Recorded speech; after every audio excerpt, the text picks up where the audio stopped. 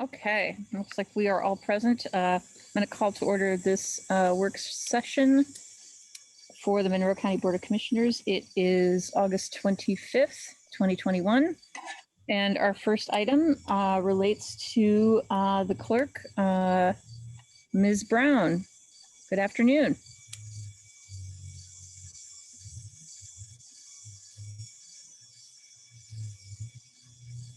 You are muted.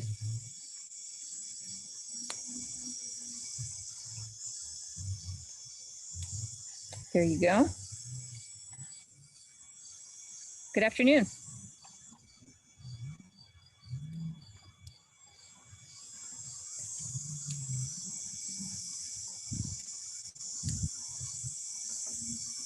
Okay, I think we're having some technical difficulties. If TSD could look into that. Can you hear me? Oh, we can now. Yes, good. Yes, we can. Yay. Good afternoon. Good afternoon. I was apologizing in advance for the background noise. I left my quiet room and had to return to my office.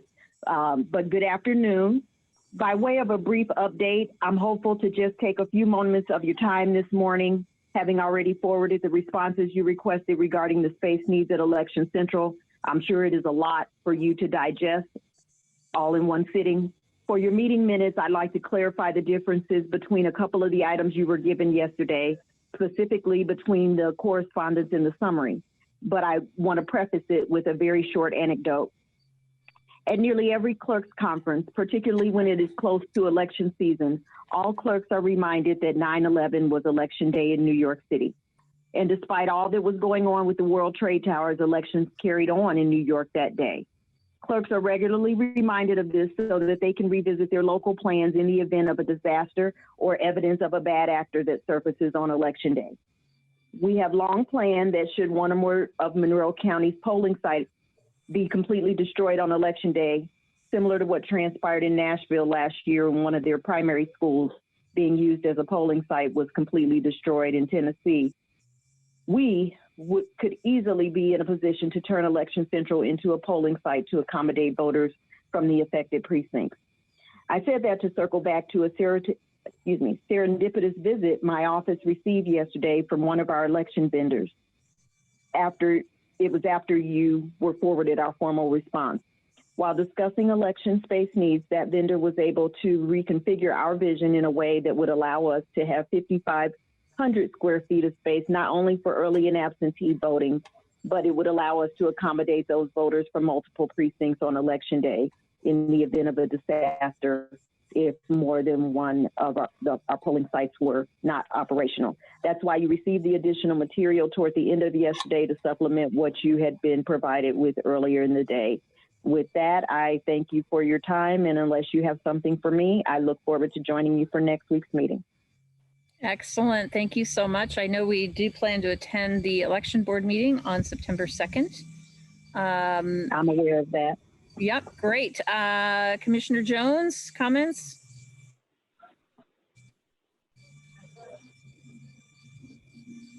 Commissioner Githens? Yes, I wondered how how you were able to calculate the needs for the training space. The needs for the training space have kind of evolved because the classroom that we had over in the north end of Showers, it's simply too small. We ended up getting, for the 2020 elections, we were at the convention center in event space that would, I think, normally be used for weddings or some such thing. And that space allowed for all that we needed as far as getting all of our equipment in there, getting the training information in there, and allowing our poll workers to socially distance. And was that the 2,500 square feet that you're requesting, which is the size of a small bedroom or small 4-bedroom house? Yes, I tried to say that in a different presentation. Going forward, I no longer have a trainer that feels comfortable in the small space that we had before. Poll workers do not want to be up close and personal. And so even coming out on the other side of COVID, that is the amount of space that would accommodate everything and allow for that social distancing. Thank you. Any other comments, questions? Commissioner Jones, I'll loop back to you since you're still muted. Okay. I don't see any, so we will continue. Thank you. I look forward to seeing the document. I was about ready to open it this morning when the email network went down, so I'm looking forward to seeing it soon. Thank you so much. Thank you. Thank you. Next we have, we're supposed to have Commander Crow, and I don't know if he is calling in or he may have had difficulties. Doesn't look like it. Yeah. So we'll hopefully hear from him. Maybe he'll still come back and log in. And if not, we'll hear from him next week. We can move that to the next week's agenda if we don't hear from him. And then we have one more item, Mr. Cockrell.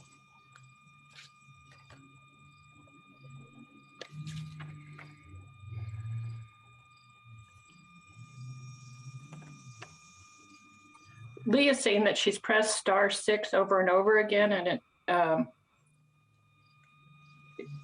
it doesn't work. Is it *6 or *9 to speak? It should be *6. I would have her try disconnecting and then calling back. Okay, I'm sure she heard you, so that's good.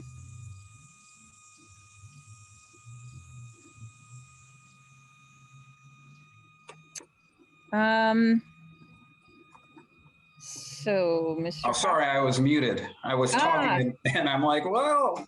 Why are they talking over me? Okay, good. I'm glad you're with us. Please tell us all about this. Yes, this is a resolution, and it's resolution 2021-41 is what we characterize it. And it's the commissioners expressing the intent to form a precinct and district review committee.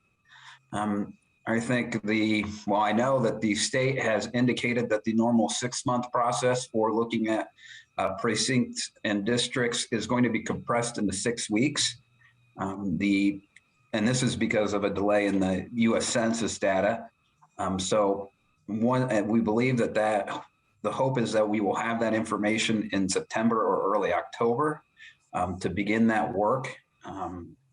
But in previous occasions, we've had a committee that helped by a politically balanced advisory committee look at these kind of issues. And I think this time we wanted to have an even number of members to make sure that there is a consensus built. And so this is kind of an announcement saying, hey, we're going to do this, and asking for any individuals who would be interested in serving on this to go ahead and apply now as we go through the process of formulating all the details for that committee.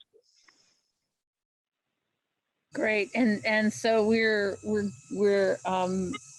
going to be politically balanced, but we're also obviously going to be looking at geographic diversity, ethnicity, race, gender identity as much as we can, but it's going to be a small group. So that's going to be the struggle. But yeah, we definitely need to move forward with this. And I think it would be great if anybody's interested in applying to serve on this very important redistricting committee to please use the board and commission application at co.monroe.in.us and apply. Let's see if we can, I think Commissioner Jones is unmuted. I can't quite tell. Commissioner Jones, comments, questions? Yes, I am finally unmuted.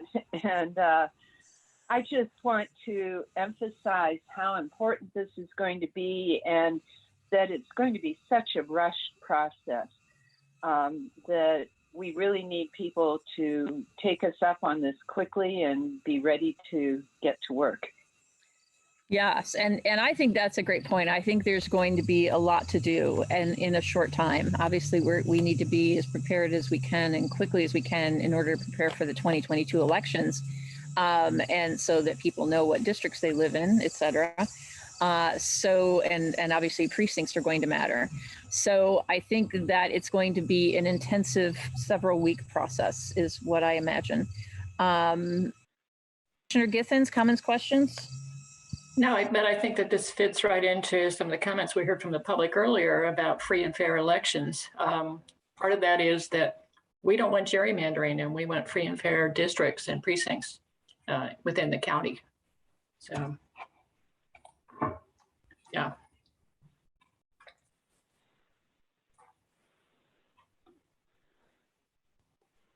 We can't hear you. You're muted.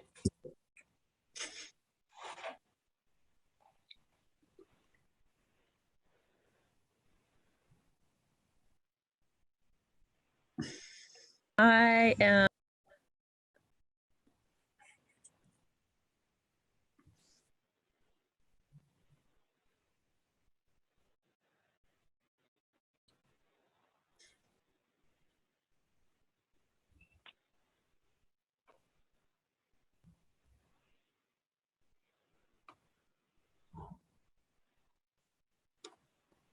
All right, does that work?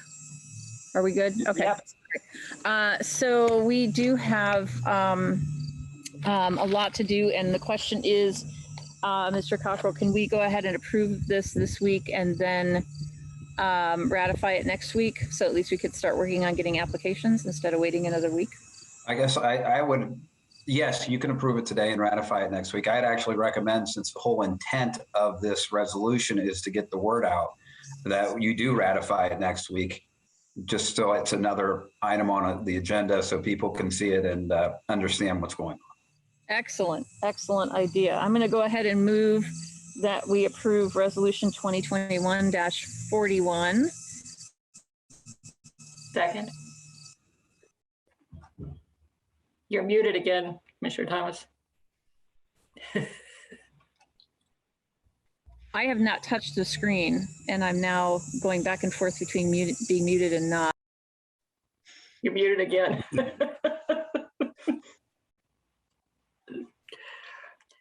Maybe it's the cicadas up there, you know? I am not touching anything on my computer, and I keep getting muted and unmuted, so I have no idea what's going on. But I cannot see the screen, so if somebody could see if there's any public comment on this. There is not. Okay, thank you so much, Ms. Dayton. Any other comments or questions before? You're muted again.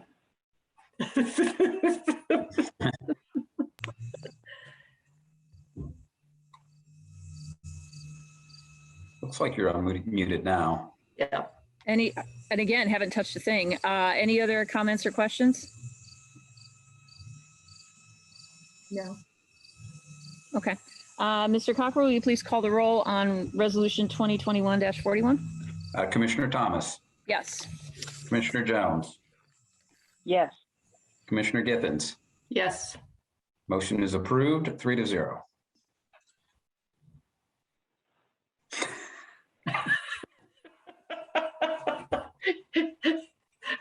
I'm not touching a thing.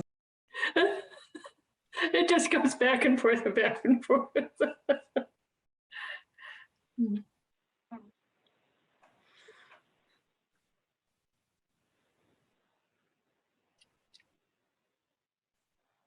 We have no idea what you just said, Commissioner Thomas. You may want to try calling in, Commissioner Thomas. Someone else finish the meeting, please. Thank you. Yes. Except I don't have an agenda in front of me. I believe we're done.